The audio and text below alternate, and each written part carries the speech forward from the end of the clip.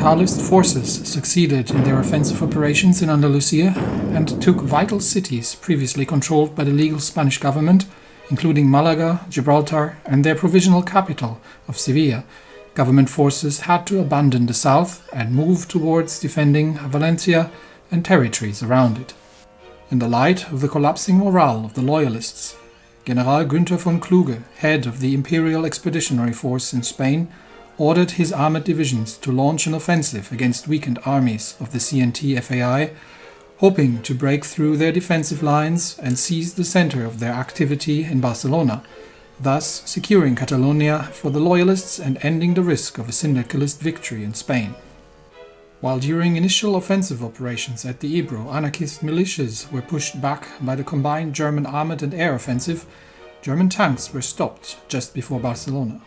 On the edge of their supply lines, and forced to fight a war in a city surrounded by mountains, the German armored force proved ineffective against Spanish guerrilla fighters. While the battle for Barcelona was going on, Kluge got news from Valencia that Carlist forces were now approaching the city,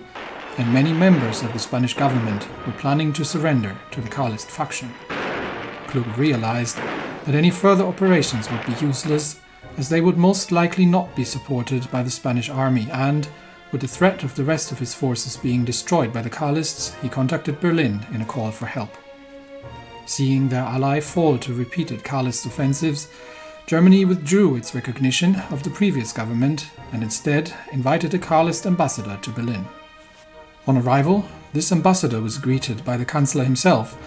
after which they negotiated a safe retreat of the expeditionary force from Spain in return for Germany switching its support to the Carlists.